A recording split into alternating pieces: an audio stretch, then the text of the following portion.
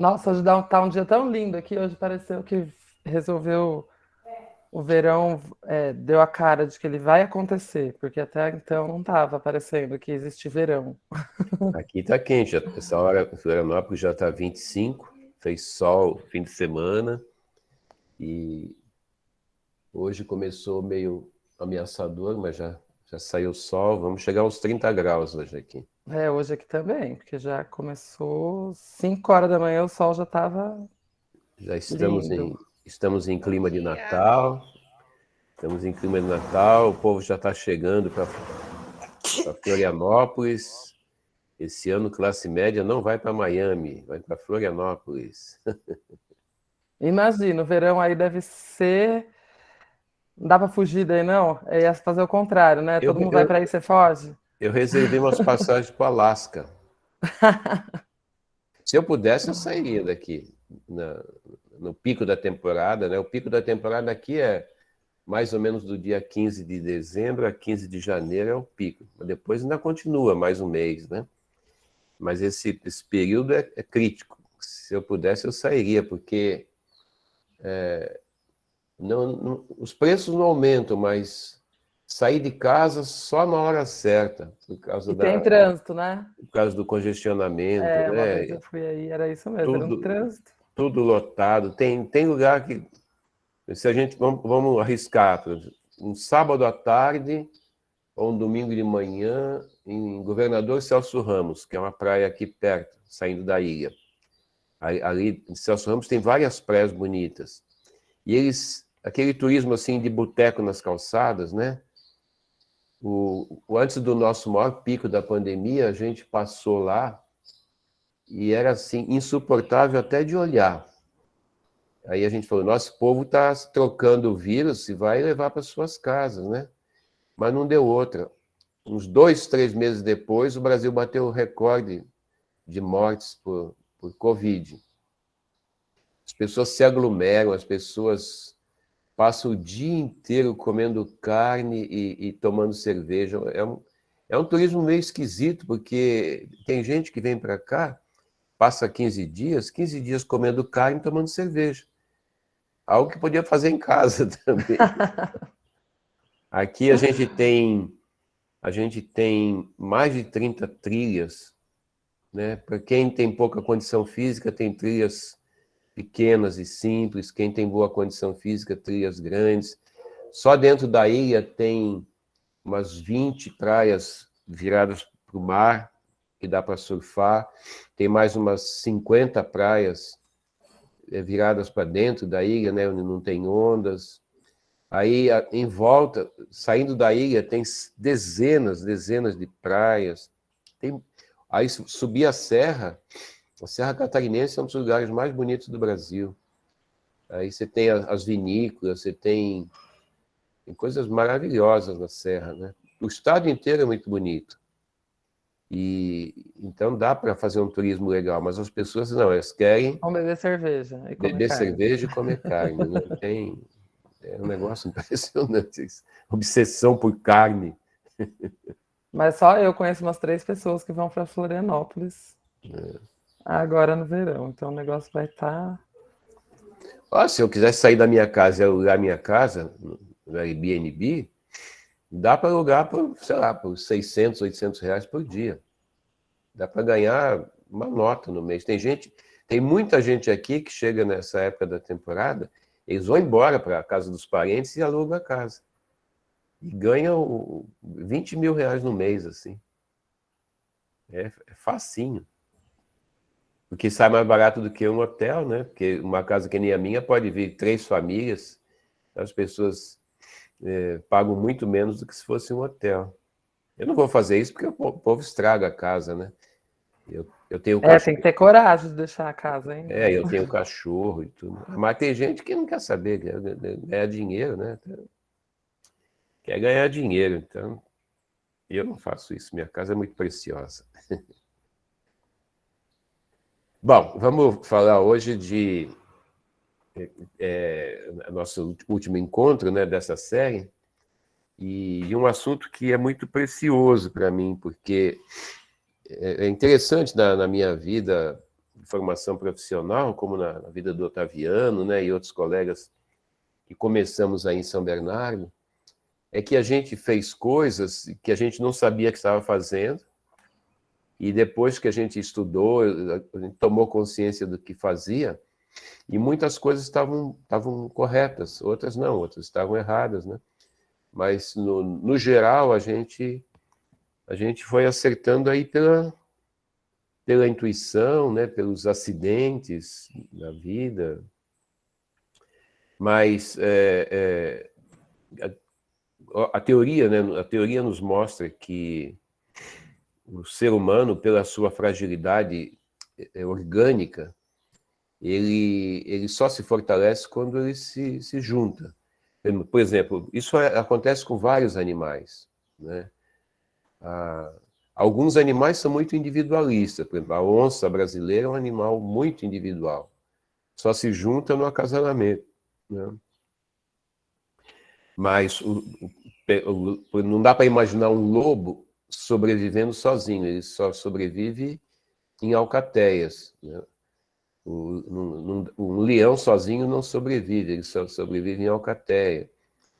E os seres humanos, eles são assim. Um ser humano sozinho, ele não tem chances, né? Ele precisa sempre de um outro.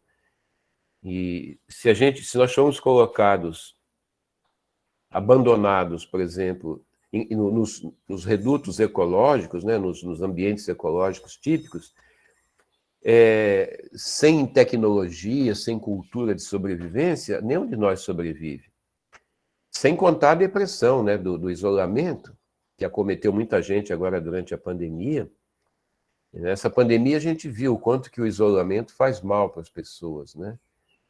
Então, mas se a gente for colocado no meio de uma selva, como a Amazônia, sem tecnologia, sem ajuda de outras pessoas, a gente não sobrevive. Lógico, uma pessoa que fez curso de sobrevivência na selva, ela sobrevive.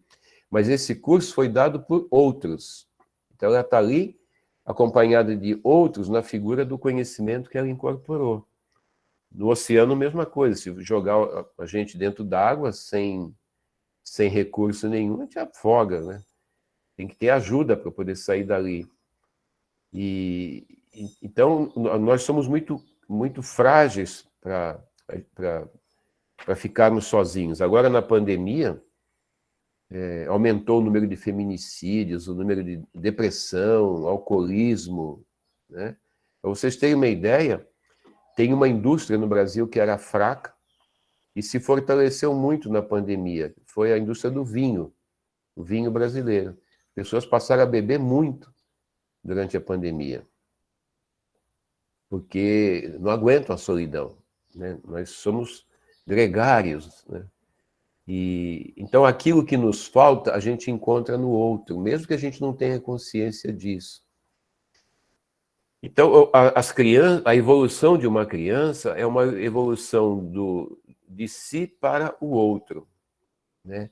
A criança sequer forma identidade própria enquanto ela não tem contato com outras pessoas. A minha identidade dependeu, e ainda depende, da relação com o outro. Por isso que lá na África tem um princípio, o nome eu nunca guardo, algum de vocês deve saber. Eles dizem que não existe o eu, existe o eu no outro, né? Eu com o outro. E isso é um fato. Ubuntu. Como chama, Marcos? Ubuntu. Ubuntu. Então, esse é um princípio muito sábio. O Ivone deixou escrito aqui, ó, Ubuntu. E isso, se a gente olhar o desenvolvimento de uma criança, a gente percebe isso. Aqui do lado da minha casa tem as duas crianças do casal aqui, menina com 4 anos e o menino com 3. E aí, todo fim de semana, às vezes até durante a semana, vêm 2 primos da mesma idade. E eles brigam, choram, se batem, mas eles ficam grudados o tempo todo. Por que que eles brigam com o egocentrismo deles? Eles procuram salvar os seus interesses, mas eles não vão um para cada lado. mesmo brigando por causa do seu egocentrismo, eles se mantêm grudados, fazendo todas as brincadeiras juntos. Tudo que eles fazem é juntos. E as crianças todas são assim. O meu netinho, com 2 anos e pouco, ele estava aqui em casa, ficou um tempo aqui em casa, a gente o levava no parquinho e ele via as crianças maiores que ele, de 4, 5 anos, que não queriam brincar com ele, é muito pequeno, mas ele saía correndo atrás das crianças. Ele ria, caía, apanhava das crianças e ele continuava correndo atrás, pela necessidade de ficar juntos, né? Então, nós ficamos juntos para fortalecer as nossas potencialidades, né, nossas capacidades, e para criar uma identidade que não será criada individualmente. Eu preciso ver o outro, preciso tocar o outro, cheirar o outro, sabe? Preciso estar junto para poder me sentir. Assim, por exemplo, quando quando eu pego essa caneca, né, que tem um líquido, um chá quente, eu sinto a caneca, mas é quando eu sinto a minha mão. Eu me sinto tocando na caneca. O contato visual, tátil, olfativo, auditivo com outras pessoas é muito mais forte ainda. Imagine assim, a gente ouve músicas e essas músicas, algumas músicas interagem com a gente, né? Cada um de nós aqui tem as suas preferências, e essas músicas interagem com a gente não sabe por quê. Em alguns casos, elas nos tornam muito alegres, ou em alguns casos muito tristes, a gente chega a chorar, a gente ri, a gente quer dançar. Por quê? Porque a gente vai se identificando. Então, essa expressão, eu me identifico com essa música, não é à toa, não é que eu estou reconhecendo a música só. Além de reconhecer, eu estou me reconhecendo nela. Então, isso é algo para a gente prestar muita atenção.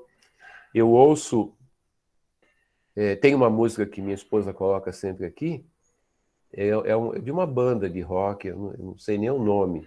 Ela sempre coloca porque sabe que eu gosto. É uma música tipo música de igreja, assim. Eu não entendo a letra, mas quando toca aquela música, eu me identifico. Então, essa expressão me identifico é uma expressão para a gente pensar, né? Porque eu reconheço a música, claro, porque eu já é velha conhecida minha, mas eu me vejo na música, eu me identifico. E se não fosse o outro, né, que fez a música, eu não formaria essa identidade. Eu me identifico como alguém que tem tal sentimento. Eu me identifico como alguém que tem raiva. Eu me identifico como alguém que está doente. Eu me identifico como alguém que está de bom humor, e assim por diante. Então, as crianças não sabem nada disso, mas elas buscam o outro para se identificar. Então, a nossa carteira de identidade é o outro. A gente anda com o documento na mão, aquilo ali é para a burocracia, mas, na verdade, a minha identidade está no Marcos, está na Angie, está na Rosília, está na Carol, está na Rosângela. Quer dizer, a minha carteira de identidade é vocês, né? E essa é a função de viver em sociedade. E por que o ser humano faz assim? Para sobreviver. Porque a sociedade humana, a criatura humana, a espécie humana, é uma espécie que não viverá sozinha, assim como as abelhas, assim como os lobos, assim como os leões. Nós não podemos viver sozinhos, né? A gente precisa se fortalecer sempre no outro. E quando a gente esteve lá em São Bernardo, a gente não sabia disso. E depois que o tempo passou, a gente começou a teorizar, a estudar e tentar entender por que deu tanto certo. Tudo confluía para dar errado, né? Então, para vocês terem ideia, quando eu comecei, eu fui o primeiro que comecei ali na Vila Euclides, e a prefeitura me pagou para ensinar atletismo para as crianças e para os adolescentes. Para você ensinar atletismo, você tem que ter um espaço para correr, para saltar. Não tinha. Tinha sobrado do estádio que tinha sido destruído, tinha sobrado uma pista de salto em distância, que tinha uns 60 metros de comprimento, com uma caixa de areia. E um pedacinho de uma reta de uma pista de atletismo. O resto era cimento e cimento crespo. Não era cimento liso. Se uma criança caísse ali, ela se ralava toda. Então, isso era um fator impeditivo para a gente. Outro fator impeditivo, a gente não tinha assistência médica, não tinha alimentação, os salários da gente eram muito baixos, acho que eu ganhava o que seria hoje uns R$ 2.000, 2.000 e poucos reais, né? E as crianças eram cheias de vermes, né? A maioria morava em favela. Então havia muitas coisas que atrapalhavam, que confluíam para que o trabalho não desse certo. Mas ele deu certo. E deu certo por quê? Porque a gente ensinava bem atletismo? Não, a gente nem sabia ensinar direito. Nós estávamos entrando na faculdade, eu não tinha a menor ideia. As faculdades, pelo menos naquele tempo, não ensinavam a gente a lidar com pedagogia. As faculdades eram muito interessantes, porque... Mostra aqui para mim. Vou mostrar para o pessoal. A Mara, minha esposa, veio mostrar, acabou de colher o gengibre na nossa horta. A nossa horta dá muita coisa aqui. Então, os chás que eu tomo aqui, as raízes, tudo nosso aqui. Ai, que delícia, eu tô aqui tomando chá de gengibre também. O Oswaldo Terra é que ia gostar Pois de é. Então, a gente passou a tentar entender, né? Eu me tornei um estudioso, né? Para poder entender essas coisas. O meu laboratório maior hoje de pesquisas não é assim aquela pesquisa tradicional em que eu pego as coisas e vou a campo observar, é a minha memória. Esse é o meu principal laboratório. Eu lembro da minha infância e lembro dos meus trabalhos, principalmente o de São Bernardo, né? A gente não sabia ensinar direito, a gente não tinha técnicas, não tinha uma pedagogia consistente para ensinar. A gente tinha boa vontade, intuição. Mas a gente, sem saber, começou a formar grupos. Um grande grupo em São Bernardo, um grande grupo de crianças e adolescentes. E porque as crianças moravam ali perto, né, no DR, e eles não iam para casa. Eles se sentiam muito bem ali. Eles só iam para casa na hora de tomar um banho, comer alguma coisa e dormir. O resto do tempo era escola ou Vila Euclides, a ELNE, como a gente chamava, né? E foi quando a gente formou, além do atletismo, a gente formou o teatro, formou a capoeira, a dança, o coral, as festas, a biblioteca, né?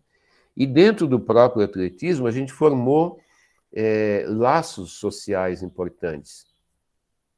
Do tipo assim, a gente não sabia uma coisa que hoje a gente considera certa. Quando a gente tinha que fazer os relatórios, fazer planejamentos, a criançada chegava mais cedo, e aí perguntava, João, o que a gente vai fazer? Uns catatauzinho assim, de 8, 9, 10, 11 anos. Disse, pode correr o quanto quiser, só me diz depois quanto correu. 1 hora depois, 2 horas depois, aparecia lá uma criança de 10 anos dizendo assim, eu corri 8 quilômetros, corri 10 quilômetros, aqui virou um hábito, né? A gente juntava todo mundo e levava para um festival em São Paulo. Então eles começaram a conhecer São Paulo, começaram a conhecer Osasco, começaram a conhecer Santo André. A gente fazia piquenique com eles, né? Então a gente foi formando uma pequena sociedade, que hoje eu chamo de, no caso de crianças, né, uma pequena sociedade lúdica, unidos pelo interesse em brincar. Assim como aqui os meus vizinhos, eles são uma micro-sociedade lúdica. Eles podem não ter nada a ver um com o outro, nem gostar um do outro, porque disputam brinquedos, disputam interesses, atenção dos adultos, mas eles se juntam porque eles querem brincar. Então, o vínculo dessa sociedade de crianças é o lúdico. E aí eu chamo isso de uma pequena sociedade lúdica. E São Bernardo fez, eu chamo lá de uma pequena sociedade lúdica porque eram pessoas pequenas, mas na verdade virou uma grande sociedade lúdica, né? Era comum, só na ELN, em 7 anos, foram 5.000 pessoas. Mas, lógico que não tinha 5.000 pessoas todos os dias. Foi 5.000 pessoas distribuídas em 7 anos. Mas era comum, por exemplo, no ano de 73, ano de 1974, que tenha passado mais de 1.000 pessoas pela pista. Isso é muita gente. Então, era, na verdade, uma grande sociedade, mas pequena no sentido de serem pessoas pequenas. Todas vinculadas pelo lúdico. Porque era uma brincadeira fazer aquele atletismo, e além do atletismo, todas as outras brincadeiras, né? Quando eu era menino, lá no Morro do São Bento, em Santos, saindo da minha casa tinha uma rua plana, que a gente morava num platô do morro. Era um platô, e acima do meu ainda tinha um outro platô, que era bem alto mesmo o morro. Para quem conhece Santos, Morro do São Bento é aquele morro que fica em frente à estação da antiga ferroviária ali do Sabuó, do Cais do Sabuó. É o primeiro, depois que passa o cemitério da entrada de Santos, na verdade eu nasci naquele morro ali, no Morro do Sabuó. Aí, em seguida, o próximo morro é o Morro do Pacheco, e terceira subida é a subida do Morro de São Bento. Foi ali que eu me criei. E nesse lugar que eu morava tinha um platô, o Largo do Machado, que a gente chamava de Larguinho. Ali nós formamos uma sociedade lúdica. Foi ali, além da minha casa, foi ali que eu me criei. E essas memórias desse tempo que eu vivi lá, são memórias muito vivas. Eu lembro de detalhes disso daí. Parece que quando a gente vai envelhecendo, a gente vai lembrando cada vez mais do que passou e cada vez menos do que está acontecendo, né? Então é capaz de eu esquecer alguma coisa que aprendi agora, mas não esqueço do que eu aprendi lá quando eu era menino. Então a gente brigava muito, tinha muitos desencontros ali naquele larguinho, mas nós éramos unidos pelas brincadeiras, especialmente pelo futebol, né? E hoje, né, se discute muito por que o Brasil foi tão bem sucedido no futebol, e isso aconteceu a partir dos anos 1920. Em 1920 aconteceu um dos maiores fenômenos, no meu ponto de vista, um dos maiores fenômenos culturais da história do Brasil. Isso foi relatado, mas não foi analisado, pelo Mário Filho. Mário Filho era irmão do Nelson Rodrigues. O estádio do Maracanã, não sei como é que se chama hoje, mas o Maracanã chamava-se Estádio Mário Filho, em homenagem ao jornalista Mário Filho, irmão do Nelson Rodrigues, que era um brilhante jornalista e muito bom escritor. E ele escreveu o seguinte: em 1920, no Rio de Janeiro já havia grandes clubes que reuniam em quase todos a nata da sociedade, o que a gente chama de elite. Sabe essa elite podre, nojenta que tem no Brasil? Naquele tempo eles já se reuniam em torno desses clubes. Era o Fluminense, o Botafogo, o Flamengo, o Vasco, o Bangu era um time de operários, né? Tinha vários clubes no Rio de Janeiro, como tinha em São Paulo. E quem praticava futebol nesses clubes, por exemplo, o Flamengo era o grande clube do Remo. Eles detestavam futebol no começo, porque futebol era um esporte menor. Mas o futebol foi ganhando força e os sócios do Flamengo começaram a querer jogar. E aí formaram um time de futebol e foi se fortalecendo. Então, o Fluminense, o Botafogo, o Flamengo, eles disputavam o Campeonato Carioca. Todos brancos, né? Porque os jogadores de futebol eram filhos dessa sociedade que tinha dinheiro. foi o povo que trouxe o futebol da Inglaterra. Eles jogavam futebol como se fossem ingleses, o mesmo ritual da Inglaterra, as mesmas regras, o palavreado, a esnobação, tudo igualzinho os ingleses. Só que o Vasco da Gama era um time de portugueses. E os portugueses do Vasco da Gama eram donos de negócio no Rio de Janeiro, principalmente de padarias. E esses portugueses, eles eram menos racistas, porque eles se deixavam atrair muito pelas negras, muito. Né? Então eles começaram a se misturar. E eles fizeram o estádio deles ali em São Januário, que na época, eu não sei como é que é hoje, mas era um lugar de gente muito pobre. Né? Gente de periferia mesmo, gente favelada. E a molecada das favelas, das periferias, começaram a ver futebol.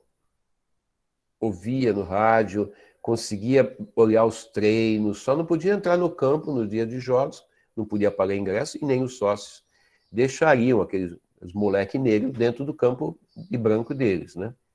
Mas eles começaram a ver aquilo e viram que eles podiam brincar daquilo de qualquer jeito. E com qualquer coisa eles podiam brincar daquilo. E aí eles pegavam qualquer coisa que rolasse e ficavam chutando. E eles foram desenvolvendo o jeito deles de jogar futebol. Isso aconteceu no Rio, aconteceu em São Paulo, Campinas, Recife, Salvador, em vários lugares começou a acontecer isso. O futebol, por algum motivo, talvez essa coisa de ser jogado com os pés dá pano para manga, dá para falar muito sobre isso, porque os pés, né? E eles começaram a desenvolver muita habilidade porque era difícil controlar as bolas improvisadas. Era muito difícil controlar a bola nos terrenos que eles jogavam. Não era nos gramados do Fluminense, era terra, pedra. Como eu joguei em cima de terra e de pedra, com qualquer coisa que rolasse. Às vezes até chutando lata. E aquilo virou a brincadeira favorita desses meninos no Rio de Janeiro. Então, sempre os meninos do Rio, os meninos pobres, se juntaram em torno de brincadeiras. Quando eles inventaram o jogo de bola, não o futebol, inventaram esse jogo de bola, isso se tornou mais uma das brincadeiras, com um detalhe, se tornou a brincadeira favorita. E cada vez eles brincavam mais de jogar bola, cada vez mais e mais e mais e mais, foram crescendo brincando daquilo. Em 1920, aproximadamente, os portugueses dirigentes do Vasco da Gama, passando pelas ruas, começaram a olhar com mais atenção aqueles meninos jogando bola. E eles começaram a ver uns adolescentes e comentar o seguinte: olha, esses meninos estão jogando melhor que nossos jogadores do Vasco da Gama. Foi uma surpresa para eles verificar que, brincando, os meninos jogavam com mais habilidade que os jogadores que disputavam o Campeonato Carioca. E onde que esses meninos estavam se formando? Nessas pequenas sociedades lúdicas, onde eles se juntavam para formar a sociedade. A gente aprende a viver em sociedade nas pequenas sociedades. Então, os meus vizinhos aqui estão aprendendo a ser criaturas sociais na pequena sociedade lúdica deles. Então, essas pequenas sociedades, não importa qual seja a brincadeira, eles têm essa função. É uma micro-sociedade. Ali tem as regras da sociedade, ali tem os sentimentos da sociedade, ali tem os papéis, cada um adquire o seu papel. E os meninos do Rio de Janeiro faziam isso com o jogo de bola. Aí teve dirigente do Vasco que disse assim: vamos botar esses meninos para jogar no nosso time. Aí alguém dizia: não, mas não pode, eles são negros. Não, não pode, o futebol tem que ser amador, e esses meninos, eles trabalham. Eles não podem se manter jogando futebol, eles não podem, tem tempo para ficar treinando. Aí os portugueses muito malandros, donos de padaria, não, a gente inventa um emprego para eles. O Bangu já estava começando a fazer isso, simulando empregos na fábrica de tecidos. Né? Mas apesar que lá tinham mesmo que trabalhar alguma coisa. Mas os portugueses inventaram o falso emprego. A gente registra o fulano na padaria, mas ele não vai trabalhar. Mas, aparentemente, ele a gente vai dar uma grana para ele, mas finge que está pagando para ele trabalhar na padaria. Eles inventaram o amadorismo marrom, né? E aí o que eles fizeram? Pegaram esses adolescentes e botaram no time principal do Vasco. Durante 3 anos eles não perderam nada, eles ganharam tudo, tudo. Eles eram muito melhores que os jogadores do Fluminense, do Flamengo, do Botafogo, e todo mundo. Aí o Flamengo, aí o Botafogo, aí o Fluminense, né, acordaram. Nós nunca mais vamos ganhar do Vasco se a gente não botar os negros para jogar. Que negros? Molecada de rua. E foi aí que o negro foi entrando no futebol, graças ao Vasco da Gama. Não é por outro motivo que o Vasco, ainda hoje, é o clube antirracista mais forte do Brasil. Sempre foi o clube que mais combateu o racismo no Brasil, foi o Vasco da Gama. É até hoje assim, né? E aí essa molecada começou a jogar um futebol nos clubes cariocas, nos paulistas, que os ingleses não jogavam. Nos anos 1930, o Brasil começou a jogar com outras equipes de outros países e começou a dar susto nas outras equipes. Isso aconteceu em 1938. Aí veio a guerra, parou tudo, né? E aí veio a Copa de 1950. Em 1950, o Brasil já era a maior potência de futebol do mundo, com o futebol inventado por esses meninos de rua. E esse domínio do futebol brasileiro perdurou de 1950 até 2002. Foram 50 anos de domínio. Nunca mais isso se repetirá na história do mundo. E provavelmente essa foi a maior produção cultural, a mais significativa produção cultural da história do Brasil, mais significativa que o samba, que a capoeira, que tudo. Porque as outras produções são muito gigantescas, né? O carnaval, o samba, a capoeira e tudo, mas nenhum deles teve a repercussão no mundo que teve o futebol reinventado no Brasil. E hoje as pessoas ficam quebrando a cabeça para resgatar esse futebol que o Brasil perdeu e para explicar por que nós somos tão fortes. Para mim, tem uma coisa que não foi pesquisada ainda, é a sociedade. Nós estamos tentando analisar a beleza do futebol brasileiro pelas habilidades individuais. Mas a habilidade individual, qualquer jovem que treinar fica campeão de freestyle, faz malabarismo que não acaba mais. Mas futebol não é isso. O futebol é um jogo coletivo, né? A habilidade individual tem que ser colocada a serviço do coletivo. Bom, vocês viram, sábado, né, no Flamengo e Palmeiras, foi um confronto entre a habilidade individual dos jogadores do Flamengo e a performance coletiva do time do Palmeiras. Era um time de um lado e indivíduos do outro. De um lado, um técnico que sabe razoavelmente juntar pessoas num coletivo, e do outro lado, um técnico que dá liberdade para os craques jogarem bola. Vencer o coletivo, por quê? Porque o futebol é um jogo coletivo, né?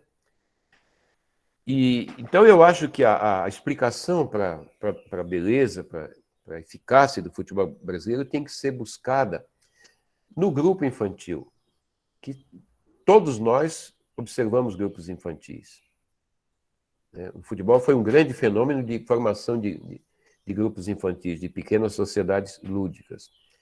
Então, por que o menino se integra num grupo desse? Porque ele busca segurança, que ele busca confirmação, ele busca identidade, ele busca encontrar um papel para exercer. Então, por exemplo, o Marcos Henrique, ele vai para era menino, ele ia para um grupo, daí a pouco ele começava a mostrar uma coisa que ele era capaz de fazer, e ele se sentia bem com aquilo. Então, se pegar só o futebol, o jogo de bola da rua, o menino ou a menina estão ali, daqui a pouco ele descobre que ele se sente bem jogando do lado direito, ou ele se sente bem jogando no gol, ou ele só se sente bem se for o cara que faz o gol. O outro se sente bem defendendo. outro se sente bem organizando o time, armando o time. Então você vai distinguindo papéis. Assim como a Carol, vivendo em sociedade, ela foi descobrindo o que ela pode fazer nessa sociedade brasileira que ela vive, né? Então, por exemplo, as pessoas me criticam muito, né?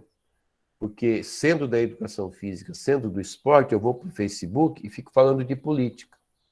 Eu já mandei as favas, já tirei do meu Facebook um monte de gente que acha uma estupidez eu ficar misturando esporte com política. Mas eu não posso fazer de outro jeito. Eu não me identifico de outra maneira. Eu vou dar uma palestra, eu tenho que falar de política. Não tem jeito. Eu fui formado assim, né? Eu sou filho de estivador, nasci e cresci com as greves da estiva. Com 14 anos eu trabalhava com carteira assinada e já fazia greve no Sindicato dos Bancários. Eu não vou poder mudar isso. Eu vou me sentir mal, né? Eu achei um jeito de viver. Esse é o meu jeito de viver, né? A Celeste, ela passou a vida procurando, desde a sociedade lúdica dela até hoje, procurando o papel dela. Então a gente começa a definir esses papéis dentro das pequenas sociedades. Talvez o Wilton, hoje, ele faça uma coisa que começou a se definir lá quando ele tinha 4, 5 anos de idade, brincando com os parentes e amigos dele, né? Então, esse deve ter sido o motivo que levou os meninos pobres do Brasil a essas pequenas sociedades do futebol. E eles transformaram isso no futebol mais poderoso do mundo. E, do ponto de vista social e político, para falar de política agora, tem uma coisa fortíssima aí. Um povo que aprende a fazer uma coisa dessa e também aprendeu a fazer a capoeira, e também aprendeu a fazer o carnaval, e também aprendeu a fazer o samba, né? Um povo que faz isso, faz qualquer coisa. Um povo que aprendeu isso pode aprender qualquer coisa. A gente tem que analisar por que não aprende qualquer coisa se aprendeu isso. Olha, reinventar o futebol é uma das maiores façanhas da humanidade. É para prêmio Nobel. Por que um povo que fez isso não aprende outras coisas? Né? Agora vocês imaginem o seguinte, se todo esse povo pobre do Brasil, hoje eu estava lendo aqui no UOL, o crescimento do número de casos de pessoas que estão desmaiando de fome nas filas dos postos de saúde da Rede SUS. E aí o jornalista sai relatando o aumento do número de casos de pessoas com fome. Imagine esses brasileiros pobres que devem estar na casa hoje, nós estamos com 25% de pessoas, ou seja, 50 milhões de pessoas, um pouco mais, afetadas pela fome diretamente, mais aí uns 100 milhões em situações desagradáveis, situações de insegurança. Imagine esse povo todo aprendendo todas as coisas como aprendemos o futebol, o samba, o capoeira, etc. Quando os bacanas da elite perceberam, lógico, eles não são burros, né? Não são burros de tudo, passaram a perceber o potencial desse povo, o que aconteceu? Só para contar um episódio dessa elite, todos vocês passaram pelas escolas e aprenderam sobre Rui Barbosa, a Águia de Aia. E contaram para vocês que o Rui Barbosa foi o homem mais inteligente da história do Brasil. A gente engoliu isso. Eu não sei em que ano, né, em que ano do século XX. Deixa eu ver se eu pego aqui, quer ver? Teve uma compositora chamada Chiquinha Gonzaga. ela fez, até hoje eu ouço, foi em 1914, no dia 26 de outubro de 1914, que a Chiquinha Gonzaga apresentou na voz, acho que do Catulo da Paixão Cearense, nos salões do Palácio do Catete, para a elite brasileira, ela apresentou um machixe chamado Corta-Jaca. Se vocês tiverem curiosidade, vão ouvir o Corta-Jaca, ele é lindíssimo, lindíssimo. E o machixe, ele já é herdeiro de coisas europeias e coisas africanas. Ele vai misturando. Em seguida ao machixe é que vem o samba, né? Então era uma música que já tinha raízes africanas. E ali no Catete, eu não sei se estava o Rui Barbosa, mas estava o povo do Rui Barbosa ali, se não ele.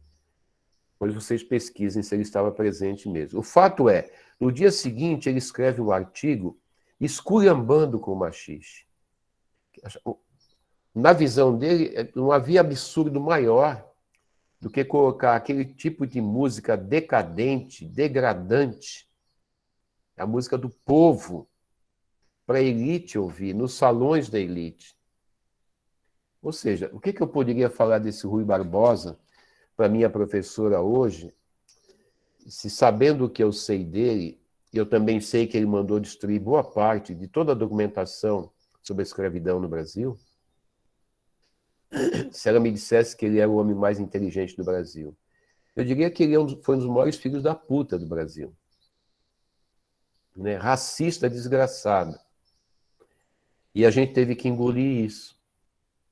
E aí eu fico imaginando se esse povo que inventou esse machixe, que inventou esse samba, que inventou esse futebol, pudesse aprender todas as coisas. O Rui Barbosa sabia que esse povo não podia aprender isso. Então, na primeira vez que ele percebeu o povo pondo a cabeça para fora, ele, pau! Ele saiu de porrada, ele tinha um jornal na mão. E todos eles saíram dando porrada em tudo que era do povo. Né? Mesmo Canudos, eu não simpatizo muito com a história de Canudos por conta da questão religiosa, mas, enfim, foi um movimento popular que mostrou a força de um povo, do povo sertanejo, né, no interior da Bahia, e que resistiu 5 anos a todo o exército brasileiro. Então, essa força do povo de aprender precisa ser contida. Ninguém vai me convencer que isso não é proposital. É preciso... Esse povo que aprendeu esse futebol aprende qualquer coisa. O Wilton, que está aqui na minha frente, ele aprendeu português com 2 anos de idade. Com 2 anos de idade. Pô, aprender português é complicadíssimo. Mas ninguém ensinou português para o Wilton. A Rosíris aprendeu português com 2 anos de idade e ninguém ensinou português para ela. Ela estava aprendendo, como o meu neto, que está morando na Alemanha, já sabe português, está aprendendo alemão. E ninguém está ensinando alemão para ele. É a vida que está ensinando alemão para ele. É o mundo dele que está ensinando alemão para ele. É a sociedade lúdica dele que está ensinando alemão para ele. A família dele, o entorno da família, que está ensinando alemão para ele. Então, um povo que aprende a sua língua portuguesa, depois aprende a jogar bolinha de gude, aprende a brincar de casinha, de boneca, aprende o samba, aprende o carnaval, aprende o futebol, o que não aprenderia? É preciso um método que não ensine. Porque se a gente usar o método adequado, esse povo vai aprender e vai ser uma desgraça. Eu não encontro outra explicação melhor para a repressão sobre o Paulo Freire que não seja isso. Um dia apareceu um grande educador que percebeu isso. Outros já tinham percebido, mas não com a força, com o carisma do Paulo Freire, com a repercussão do Paulo Freire, com a formação intelectual do Paulo Freire, com o envolvimento popular do Paulo Freire, com o verdadeiro amor pelo seu povo do Paulo Freire. Ainda não tinha tido um outro com tanta força como ele. E quando não a ditadura militar, quando a nossa elite percebeu que ele estava começando a educar com o método da vida, que é o método que nos ensinou português, nos ensinou todas as brincadeiras, falei, opa, pode parar por aí. Esse método não é bom. Esse método ensina. E esse método, então, não é bom. Né? É um método que ensina as técnicas da coisa. Vou dar um exemplo. Ensina a pular corda, muito bem, mas ensina a pensar no pular corda. E aí é que mora o perigo. Eu posso capinar a terra, mas eu não posso pensar sobre capinar a terra. Eu posso cortar cana, mas eu não posso pensar sobre cortar cana. Eu posso ter filhos, mas eu não posso pensar sobre ter filhos. Eu posso trabalhar para o meu patrão, mas eu não posso ter consciência sobre trabalhar para o meu patrão. Esse é o problema. E quando aparece alguém com um método que não só ensina as técnicas, mas ensina a consciência sobre o fazer, aí é perigosíssimo. Então, nós somos um povo que precisamos não aprender, que é um povo que aprende e se emancipa. Então, o método que todos nós aqui levamos para a escola, com raras exceções, é um método para não ensinar. Esse método que vocês usam, ele está inscrito num currículo. Esse currículo não foi inventado por nós, foi inventado na Europa, pelos luminares da civilização europeia branca, né, que determinaram que só pensando como eles se pensa bem. Só pensando como alemão, só pensando como francês, só pensando como italiano, só pensando como português, tal, que a gente pensa bem. Então é preciso pensar como os gregos antigos, então é preciso pensar como eles, do jeitinho que a Igreja Católica organizou a coisa, a partir dos descobrimentos lá dos grandes pensadores europeus. E aí isso estruturou o nosso currículo e nós obedecemos cegamente isso. Quando a gente coloca as crianças sentadas em cadeiras, trancadas dentro de uma sala, sem se mexer, sem rir, sem chorar, sabe, despidas de atividade, só para ficar ouvindo aquelas coisas. Isso já foi denunciado por Michel de Montaigne em 1560, mais ou menos. No século XVI ele já denunciava isso. E a gente... Vocês acham que esse era o método dos gregos antigos para aprender? De jeito nenhum. Eles aprendiam na vida, aprendiam fazendo esporte, aprendiam conversando. E os conhecimentos deles são ensinados dessa maneira escolástica, essa maneira que não é para ninguém aprender. Então existe uma pedagogia da vida que Paulo Freire entendeu, pedagogia do mundo, pedagogia da rua, que teria que ser transformada em pedagogia da escola. A Carolina aprender como Carolina, a Rosângela aprender como Rosângela, o Marcos aprender como Marcos. Então, a atual estrutura da educação brasileira, e agora, no atual governo, mais do que nunca, é uma estrutura para as pessoas não aprenderem. Isso vai passar. A gente está vivendo um período tão dramático em que os caras estão tentando apagar da nossa cultura a cultura africana, cultura de matriz africana. E o que os sacanas fazem? Eles botam um negro racista para dirigir isso. Ah, mas é um negro que está fazendo. Não, negro não é só porque tem a pele escura, só porque tem a pele preta. Ele tem a pele preta, mas ele tem que ter a cultura também. Eu provavelmente tenho muito mais cultura de matriz africana do que o Sérgio Camargo. Que ele só tem a pele escura. A minha pele é marrom, sou vira-lata. Mas eu incorporei dos meus parentes índios e negros, etc., muito mais do que ele. Então, ele é usado como, propositalmente como argumento, né? Olha, está aqui, ó, o meu secretário é negro. Negro coisa nenhuma. Eu não aceito esse cara como negro. Porque se você apagar, isso não vai acontecer, claro, mas se você apagasse a cultura negra do Brasil, você mataria mais da metade do que é o brasileiro. Nós não somos brasileiros sem matriz africana. Não existe brasileiro sem África, não existe brasileiro sem índio e não existe brasileiro sem europeu. Eu até reconheço o caso dos portugueses, dos franceses, nós também somos, né, descendentes, mas nós somos muito mais africano e índio do que europeu. Muito mais. Mesmo pessoas loiras. Né? Então, esse povo, ele dá muito lucro. Vejam que não existe nenhuma outra fonte de rendimento a ser explorada que não seja a natureza e o trabalho. Essas são as duas únicas fontes de lucro do capitalismo, dos nossos proprietários. Pense em alguma outra... De onde é que eu vou tirar o que eu vou transformar para formar a minha riqueza? Da água, que é a natureza, né?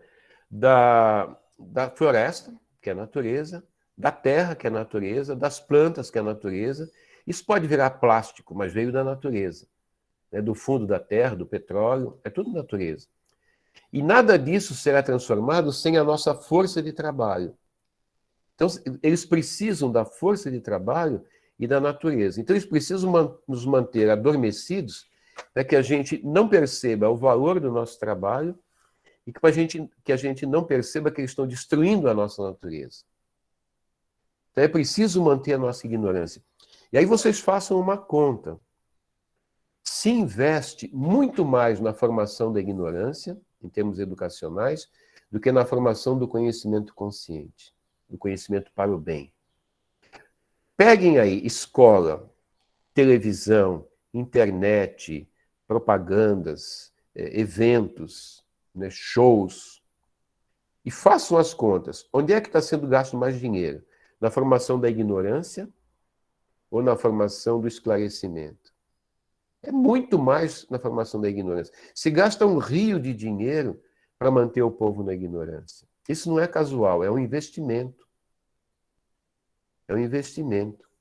Nós estamos agora no Chile correndo o risco dos chilenos elegerem um candidato de extrema-direita, um Bolsonaro deles lá. Estão em vias de eleger, vendo tudo que nós estamos passando aqui, eles estão querendo eleger um cara de extrema-direita lá. Por quê? Porque por que esse cara de extrema-direita foi para o segundo turno? Com o voto dos mais pobres. Só os mais pobres podem eleger um fascista.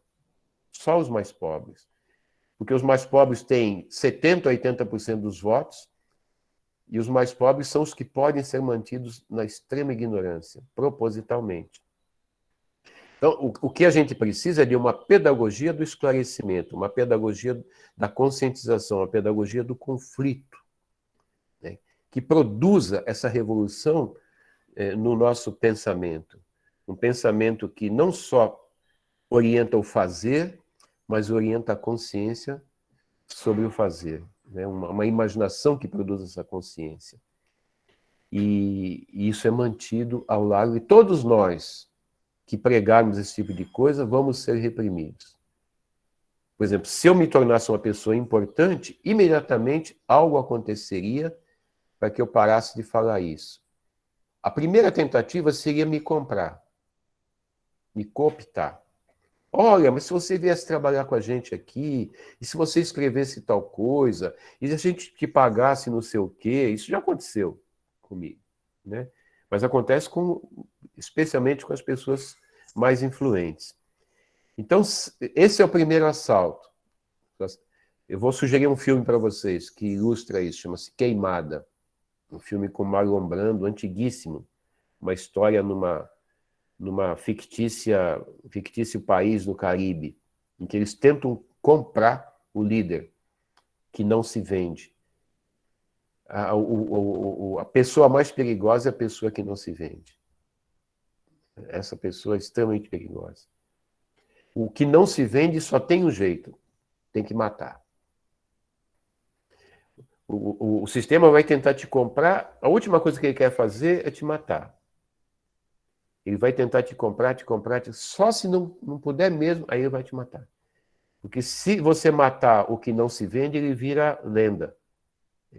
Aí sim vira mito, vira ídolo, né? Que é o caso da Marielle. Eles erraram, eles não deviam ter matado ela. O sistema, foi uma falha do sistema. Foi gente burra, precipitada, né? Eles não tinham esgotado, né? Então, como ela era uma mulher especial, ela virou lenda, né?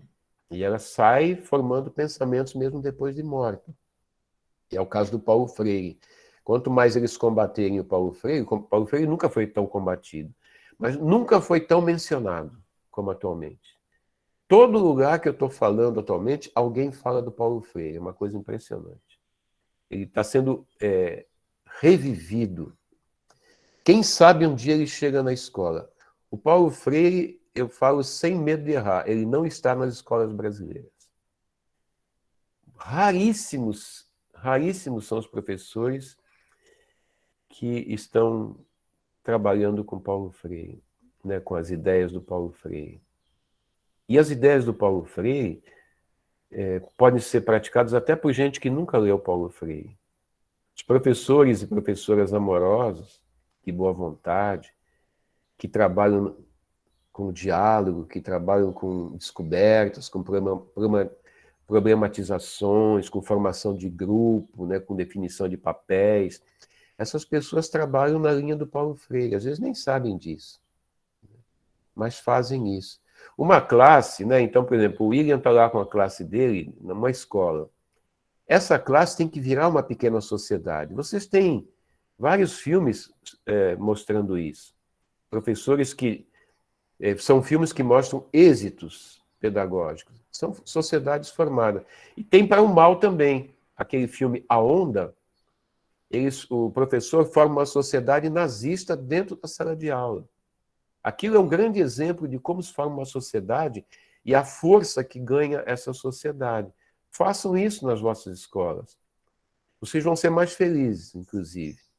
Criem um projeto, não importa a idade, façam um projeto e comecem a formar uma sociedade onde o poder vai ser distribuído, né, e os papéis vão sendo aos poucos definidos. E as pessoas vão cumprir os seus papéis, a sua função dentro dessa pequena sociedade, e todos unidos, se for criança, tem que ser por algo lúdico, com a força do jogo, né? E além da força do jogo, eles vão querer fazer isso porque eles vão se sentir fortes. Quando eles entram na classe, eles, pronto, ali eu tô bem, tô seguro, tô forte. Lá em casa eu apanho, meu pai é um bêbado, bate na minha mãe está desanimada, mas cheguei na escola, quando entrei aqui, eu sou gente. Finalmente aqui eu posso ser gente. Isso funciona super bem. E para mim esse foi o êxito de São Bernardo, né?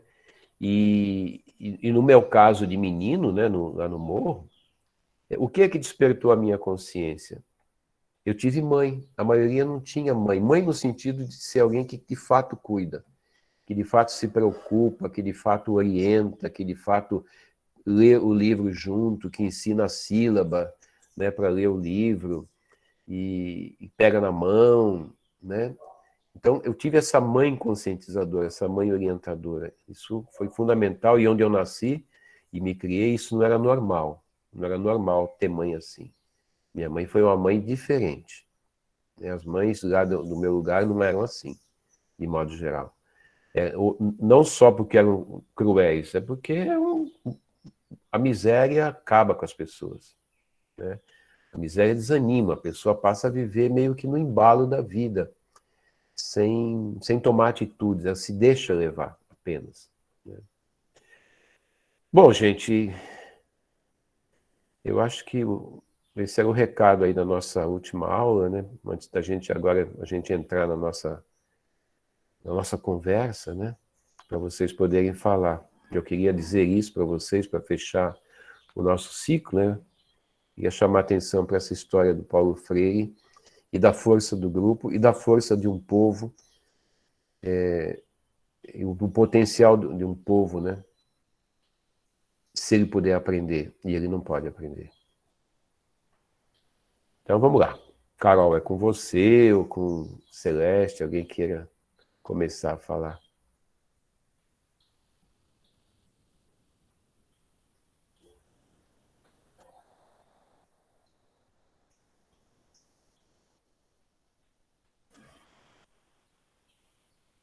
Patrícia. Pode falar, Patrícia. Olá. Só para exemplificar isso que você está falando, João, é tão sério isso que as nossas formações pedagógicas na escola, a partir do ano que vem, esse ano eu já senti muito, né? Esse ano não, no último ano antes da pandemia, que depois foi tudo virtual, mas a gente os ATPCs, eles já eram separados. Turma da manhã para um canto, turma da tarde para outro. Aí veio o ATPC, essa coisa do online. O ano que vem só será online, cada um no seu celular. Não tem mais grupo de professores.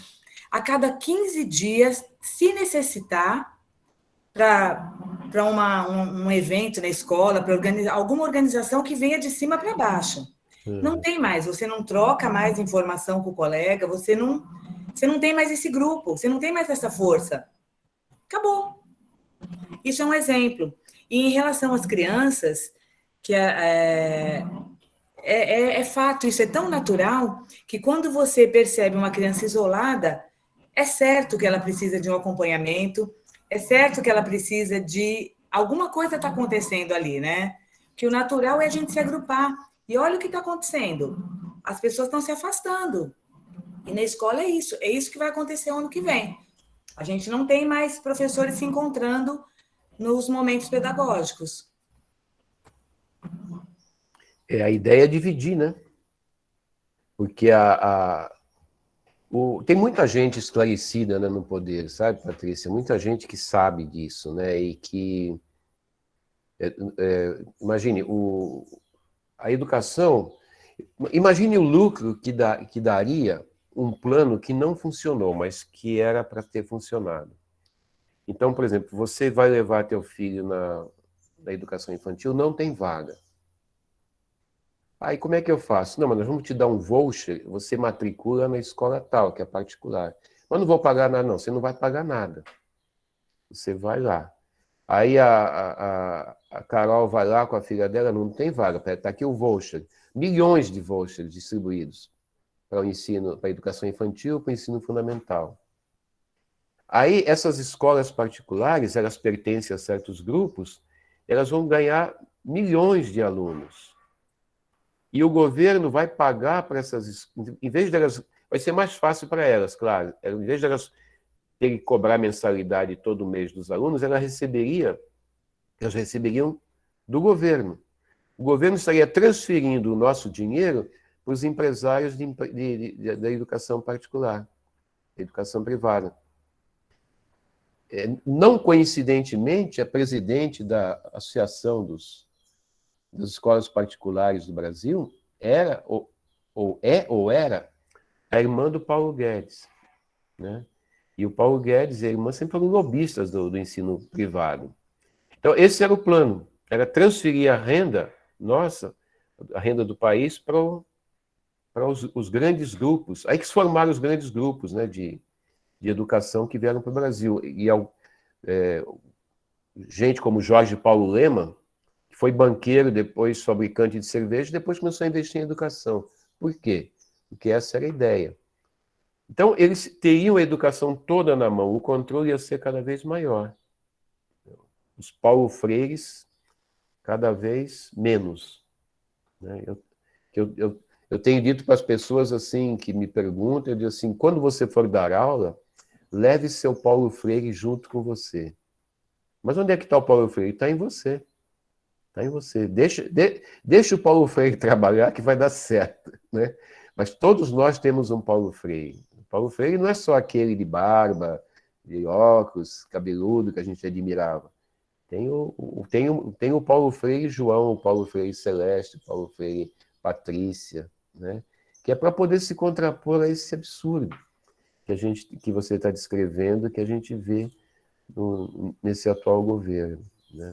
E não é, João, que assim a gente vai fazer online, cada um... Não, é um ATPC gravado que já vem, não é simplesmente online, né, que já dificultaria, vamos pensar assim, mas não, já vem uma coisa posta, gravada, você não tem com quem discutir, você não tem com quem argumentar, você não tem com quem debater, nada, está feito. Acabou.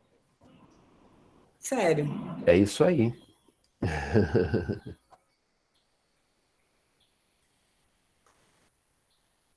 Mas a gente vai ter que fazer alguma coisa, né? Não ficar quieto, a gente vai ter que fazer alguma coisa. Terrível, né? Ter que... Vamos lá, gente, vamos conversar. Mas você sabe, João, que eu sempre foi essa minha uma coisa contraditória, mas de conseguir ver os dois lados, né? Trabalhando no esporte e na educação. Eu sempre vi essa coisa na educação, sempre vem essa coisa imposta de cima, né? Então a gente tem o currículo, que, claro, já teve momentos de uma coisa muito mais progressista. Hoje em dia a gente viu que a gente deu uma voltada para trás, né? Então todo aquele momento que a gente passou uns anos atrás aí de falar sobre a descolonização do currículo, ela foi meio pro brejo agora, não se fala mais nisso. Mas a gente tinha a escola sempre proporcionou esse momento de discussão, de fazer. Então, as escolas elas conseguiam formar uma resistência, né, interna e arranjar um jeito de trabalhar. E é isso mesmo que a Patrícia falou, como eles foram cortando esses momentos, né? Então, na escola antes a gente tinha uma semana para planejamento, discussão no começo do ano, depois do segundo semestre tinha mais uma semana, aí no decorrer dos bimestres, a gente tinha sempre, a gente até chamava paradas pedagógicas, e a gente fazia reuniões e discutia. E eles foram cortando esses momentos, né? Não tem mais, a gente não tem mais reunião pedagógica, não existe. Então não tem tempo. E aí eu percebi que uma coisa interessante que aconteceu na minha escola agora, a gente fez uma greve no começo do ano, e era um grupo pequeno na minha escola. A gente estava em 9 professores grevistas, dentro de 50 e tantos professores. E aí, esse grupo agora a gente está fazendo reposição, né, todo sábado, esses 9 professores. E as coisas que surgem da escola surgem desse grupo, porque a gente está lá todo sábado na escola discutindo e falando e propondo soluções e inventando coisas, que é esse tempo que a gente não tem mais, oficial, né? Então, se a gente não cria, a gente não faz. E no esporte eu sempre via muito o contrário, apesar da coisa ser mais livre, né, era muito da cabeça de um mesmo que fazia, e as coisas legais surgiam meio que individuais ou de pequenos grupos, porque não existia esse momento, nunca existiu esse momento de formação, o que a gente está fazendo aqui, nunca existiu reuniões que propiciassem mesmo a conversa e as ideias, né? E eu achava interessante isso, que eu falava assim, nossa, então o esporte está com a faca e o queijo na mão, mas não para pensar e para fazer junto, né? Para fazer no grupo. Então, isso eu achei sempre muito um desperdício. É um desperdício do potencial de você fazer as coisas de uma maneira transformadora, e ficou para trás por não ter essa oportunidade. Que eu espero que a gente consiga criar com esses momentos que a gente está fazendo aqui, que isso se mantenha, que a gente consiga manter esse diálogo, que a gente possa fazer agora, sim, reuniões pedagógicas.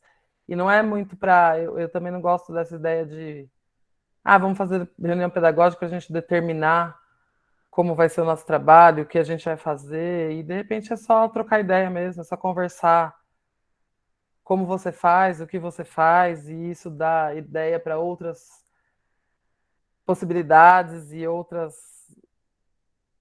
projetos que podem ser criados ali, né? Então, para mim, a ideia é sempre essa, de conversar, é do grupo mesmo, realmente, é do grupo que sai coisas legais, né? O João caiu aí, ele já deve estar caçando, tô cheio de abelha aqui, gente. Então é isso, acho que a gente tem que manter o grupo e manter nossa conversa. Eu já estou até esperando aqui, a Celeste está aqui, o Dado está aqui, que eu acho que é uma coisa que eu já conversei com a Celeste, da gente conseguir fazer mais essa ponte, né, do que está acontecendo ali em Diadema, do que a gente está fazendo em Mauá, se a gente pode fazer uma troca e ajudar a melhorar os dois. Eu acho que Diadema e Mauá tem algumas coisas parecidas, assim, o tamanho de cidade, de como que apesar de Diadema estar um pouco mais... A Diadema tem um orçamento maior, tem mais pessoas, mas é próximo, então essa troca a gente pode fazer, acho que vai ser muito rico para todo mundo. É o nosso grupo. Ô, João Carol, voltou. deu uma caída Eu aqui, vi que você caiu. mas eu não sei o que aconteceu, porque não faltou energia nem nada, mas deve ser o meu computador mesmo, que falhou. Não, então, mas eu terminei falando assim de como que eu vejo que o esporte, né? Eu falo assim, ele tá com a faca e o queijo na mão, por não ter essa imposição ali de cima de como deve ser feito, né? Que a gente tem que cumprir, que a gente tem que fazer, que a gente tem que ir lá fazer, preencher relatório e planilha daquele jeito, porque a gente está formatado ali. E ao mesmo tempo a gente não faz mais esses momentos, né? De criar de grupo e de discussões e de ideias e de intercâmbios para a gente crescer mesmo, né? E eu acho que esse momento era justamente para isso, que isso possa O esporte crescer. ele sofre muito dessa coisa da alienação, né? De quem orienta, de quem dirige, mas ele lida com o lúdico, né? Então a pessoa não está ali porque foi obrigada, está praticando porque quer, né? Então se tem adesão das pessoas, se você abrir a porta, as pessoas não saem correndo para se livrar daquilo, elas querem ficar ali. Então você ter o aluno querendo ficar é maravilhoso. A gente teria que saber aproveitar isso, e não sabe, né? Uhum. Acho que a Celeste quer falar, né, Celeste?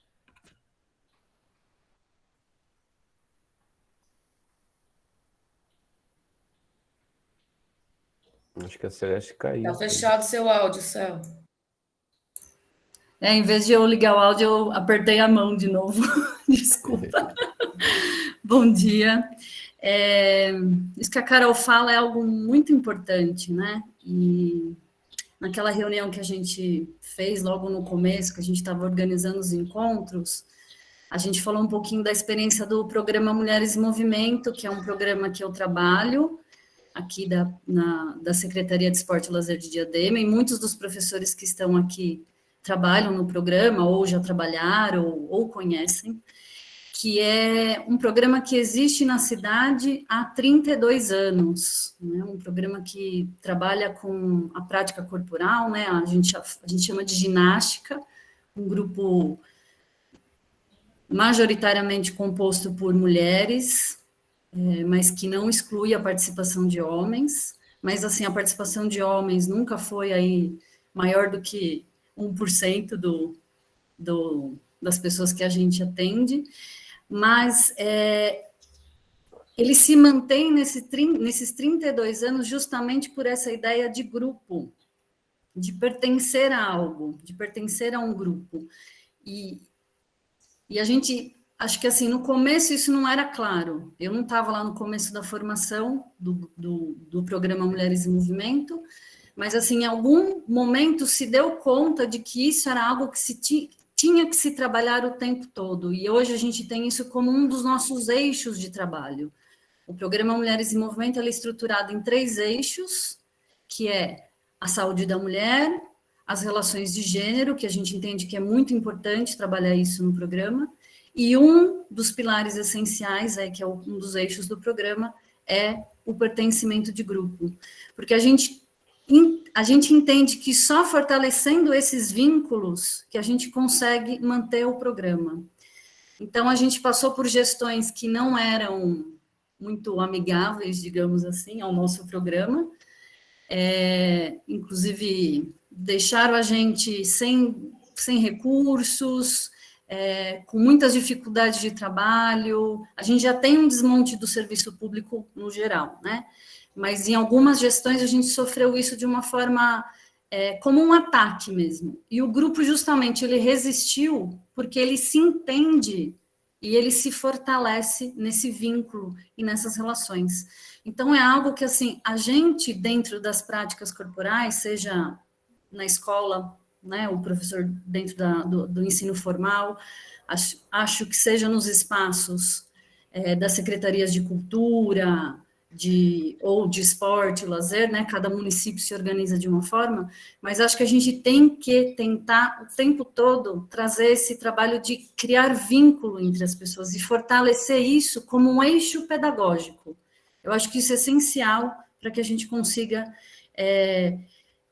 usar, inclusive, mais dessa amorosidade no nosso trabalho, usar mais do Paulo Freire e colocar as pessoas de uma maneira a serem mais conscientes de si e de si no mundo, para que elas possam transformar a sua realidade e a realidade no mundo, né? Que é uma coisa que o Paulo Freire fala bastante.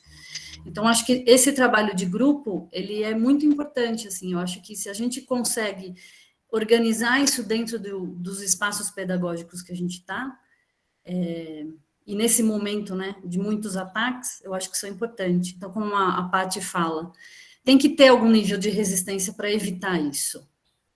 Muitas pessoas se acomodaram nesse momento de pandemia em fazer as reuniões virtuais, isso é um fato. No nosso grupo mesmo, eu lembro que algumas professoras falaram, vamos manter a reunião assim. Eu lembro que eu fui uma das, e teve outras também que falaram, não, quando pudermos, vamos voltar presencial, porque é diferente o contato entre nós na realidade, não nessa tela, é outra potencialidade, assim, a gente tem que ter isso muito claro, a gente tem que bater o pé em fazer esses enfrentamentos, e cada vez fortalecer mais os grupos dos professores e os grupos de trabalho onde a gente está com os nossos alunos. Eu acho que isso é essencial no momento em que a gente tem que resistir, e resistir também nesse sentido de criar mais consciência, porque a gente está indo muitas vezes num caminho contrário, né? Fazer as coisas de uma forma muito tecnicista e deixar de criar essa consciência, criar esses diálogos que a gente pode ter, como o professor trouxe hoje, assim. E aí, outra coisa, Carol, que é isso que a gente vinha falando dessa troca de experiência, eu acho essencial, assim. A gente criou esse grupo, a gente tem uma opção de hoje termina e a gente não se vê mais, cada um pega a sua formação, o que tirou dela, né, o que o professor trouxe, dos diálogos que nós fizemos aqui, e cada um vai para a sua prática, ou a gente pode daqui desdobrar isso e aproveitar os momentos que a gente pode ter em conjunto para fazer trocas de experiências, no sentido de nos fortalecermos, de aprender um com os outros, ou simplesmente de trocar ideia, dos bons encontros. E nesses bons encontros, com toda certeza, a gente se fortalece e aprende e faz com que isso reverbere no nosso trabalho, no nosso dia a dia, na nossa vida. A gente sempre fala muito no nosso grupo de professores que a gente tem que ser feliz no nosso trabalho. E eu acho que é isso, esses bons encontros que a gente pode ter e que a gente pode desdobrar daqui, hoje, desses 4 encontros que nós tivemos, está nas nossas mãos também. Então, eu acho que é uma coisa para a gente pensar e trabalhar isso de uma maneira mais organizada mesmo, com um eixo pedagógico, enfim, como planejar para que isso aconteça e que isso não caia no esquecimento, né? Porque nós temos muitas pressões aí no dia a dia do trabalho, mas eu acho que é isso. Obrigada. Tem uma sugestão interessante aqui do Walter Agripino, né? Trabalhar os temas sazonalmente. A gente, quando brincava, tirando o futebol, sazonalmente. Mês de mais vento, a época de mais vento era a época da pipa, né? Outra época era do peão, depois da bolinha de gude. E também, ao longo do ano, por exemplo, é óbvio que no começo do ano, planejamento é um tema, né? Lá para o final do semestre, final do ano, a avaliação pode ser um tema. Época que tem Olimpíadas, Copa do Mundo é tema. Tem doença, pandemia é tema. Então tem muita sazonalidade, né? A gente, e acho que respeitar essa sazonalidade aumenta o interesse, né? Pela discussão, cria mais oportunidades de juntar. Bom, é um fato, sozinho nós não somos nada. Se a gente se dispersar, a gente está fazendo o jogo do inimigo. Para se fortalecer, tem que estar junto, não tem jeito. Muito bem. E aí, Carol?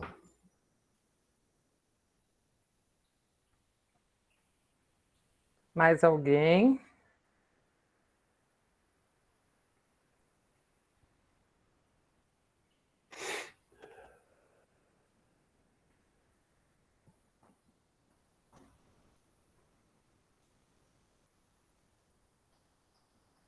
Ô, João, eu tô lembrando aqui, né? Você estava falando lá da Elne, falando das memórias, né? Eu fiquei pensando aqui o tanto tempo que durou aquilo lá, né?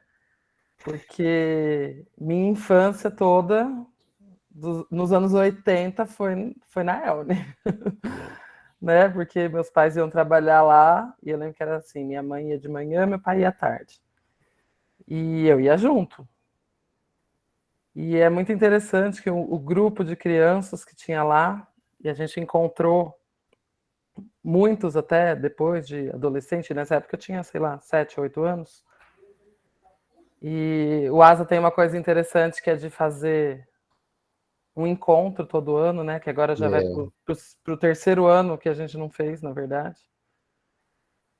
Por conta da pandemia e tal, e outras coisas. E esse encontro é muito interessante, porque teve um ano, que foi acho que uns 5 ou 6 anos atrás, que a gente conseguiu encontrar vários desses meninos que eram lá da favela do DR e que viveram ali na mesma época que eu era criança, né? E eles têm a minha idade.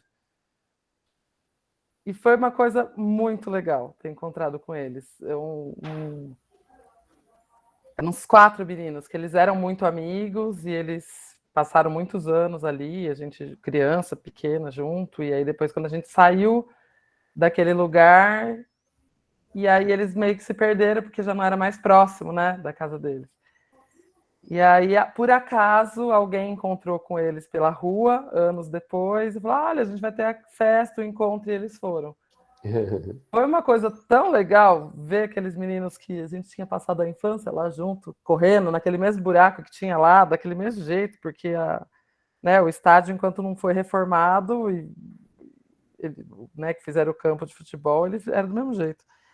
E a gente encontrou esses meninos. E aí eles estavam lá, um conseguiu estudar e ele tinha e ele fez uma empresa que ele alugava aparelho de som, e ele fazia festas, então ele era conhecido depois o rei do funk lá na comunidade, porque ele organizava festas. Aí o outro, ele era feirante. E muito interessante, assim, você ter, depois desse tempo todo, reencontrar as pessoas. E de como, aí nessa conversa com eles, de como foi importante aqueles anos que a gente passou ali, né? E eles falavam isso, de como que eles viram outro mundo, né? Por estar no esporte. Então, porque a gente não estava ali, mas a gente ia isso. Eles conheceram São Paulo, né? Porque a gente ia para festivais ali. Eu lembro na época era Centro Olímpico, a gente ia para Ibirapuera, a gente ia e fazia vários passeios da gente ir para parque e levar. Então eles acabaram conhecendo a cidade, conhecendo São Paulo e conhecendo. A gente ia muito para o interior de São Paulo, né? O atletismo nessa época era muito interior de São Paulo. Então, só essa coisa de pegar o ônibus e todo mundo junto e levar o lanche e todo mundo comer junto e conhecer outra cidade.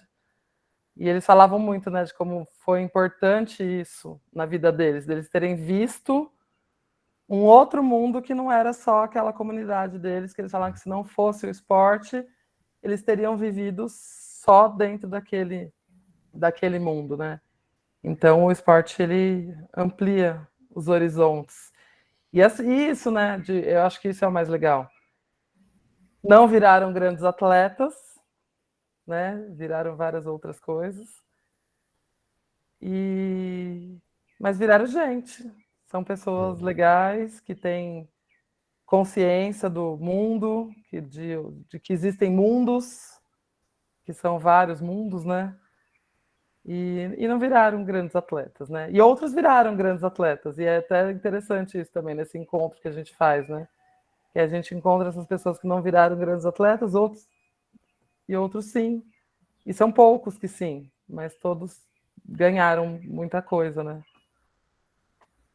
Se hoje fosse decidir a criação de espaços para infância e juventude, eu nunca criaria centros esportivos. Eu criaria centros culturais. O esporte faria parte do centro cultural, como uma das culturas possíveis. Porque, sem querer, São Bernardo era um centro cultural. Era para ser um centro esportivo, mas a gente criou mesmo, foi um centro cultural, né? E o atletismo era uma das culturas dali. Nunca fazer um centro esportivo, ele vai ser subutilizado. Estão fazendo essas pistas agora de material sintético. Bom, é só ver, a produção cultural na ELNE, semi-destruída naquele tempo, era milhões de vezes maior do que a produção cultural naquele estádio novo lá da Vila do Tanque. Né? Você chega lá, você tem 10, 15 técnicos diferentes, que mal se conhecem, cada um tem um atleta, 2 atletas, né? O Ivan, que tinha lá o grupo de meninos lá, mas os outros chegam lá, pegam o seu atleta, senta, fica olhando o atleta saltar, correr, ou levantar peso, acabou, pá, vai embora. Mas nunca que vai se fazer atletismo desse jeito. Isso não existe. Isso é... Quer dizer, eu não sei quem que pensa o atletismo brasileiro atualmente, mas quem pensa, meu Deus do céu, será que não vê isso? Eu fui uma vez lá e vi que dali não vai sair nada. Será que as pessoas não veem isso? Que absurdo, né? E então a ELNE era um centro cultural, a produção era gigantesca. Não se deve fazer esses centros especializados, isso é bobagem. Faz lá um aparato que integre teatro com dança, com esporte, com biblioteca, com coisas gerais, para as pessoas formarem gente. O pessoal que pratica esporte não vai ser atleta, é um ou outro. Um Vinícius Júnior do futebol é um em cada 10 milhões. Né? Não tem isso. E o Usain Bolt é um fenômeno, nós somos comuns. A gente aprendeu rapidinho ali na ELNE que as pessoas não iam ser atletas.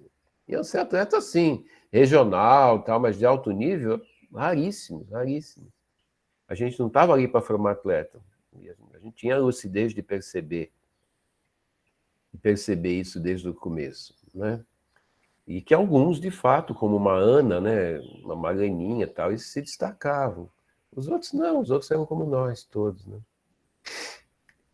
Muito bem, vamos ter que... Tudo termina, né? Tudo termina e já recomeça em seguida, então... Vamos encerrando aqui, né, quando a Carol quiser. A gente cuidar da vida e se preparar para o Natal. Já estamos enfeitando a casa aqui. E aqui já está enfeitada faz tempo. Mas as crianças aqui, começou novembro, já tinha árvore de Natal. A minha esposa disse que ontem foi o primeiro domingo do Advento, né? Então, para os que seguem isso, começa ontem a coisa. Então, ontem que se acendeu a primeira vela, se acendeu fizemos a árvore de Natal, eu e ela. Depois veio gente à noite aqui em casa e foi legal. Ontem eu tenho uma prima que é casada com um francês e ele falou assim, vocês vão começar o calendário? Eu falei assim, não, como que é isso? Ele, vocês não fazem isso no Brasil?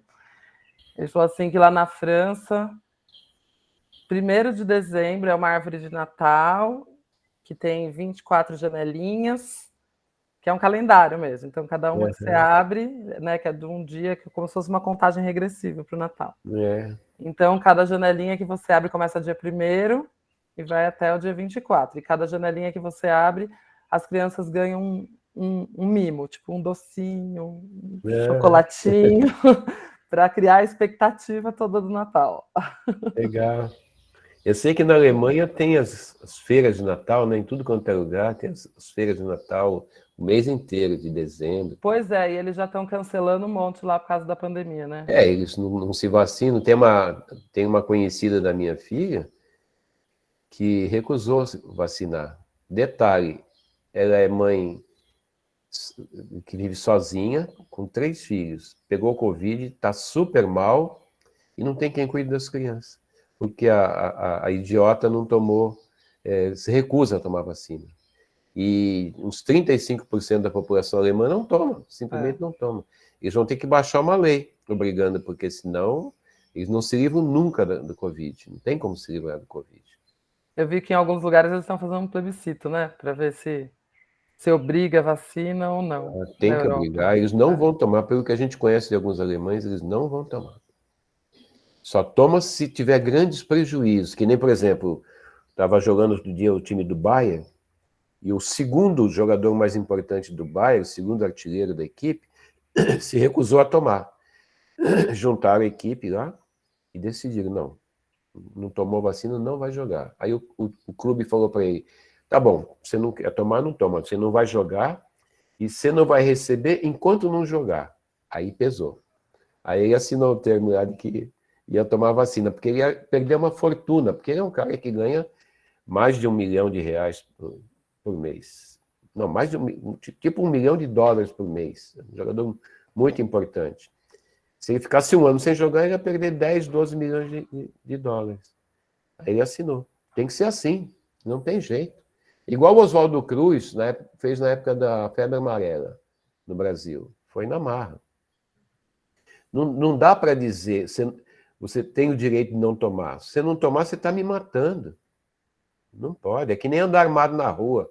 Não pode andar armado na rua. Vai me matar. Você não pode andar a 150 por hora na estrada. Você vai matar alguém, vai se matar. Não pode, não é um direito. Isso é obrigação. Obrigação social. Dá moleza para esses nazistas aí, os caras tomam conta. Nessas horas a gente tem que falar aqui, né? Brasileiro, pelo menos, Nós vacina gostamos. a gente toma. A gente gosta de vacina. Isso é bom. Alguém levantou a mão aí. Foi.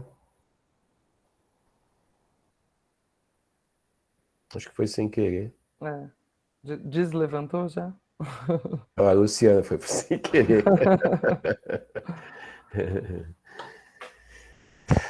Então, acho que é isso, né, gente? Tá bom, tá bom. Eu queria agradecer muito, João. Eu acho que, né, como você foi de prontidão, já aceitou.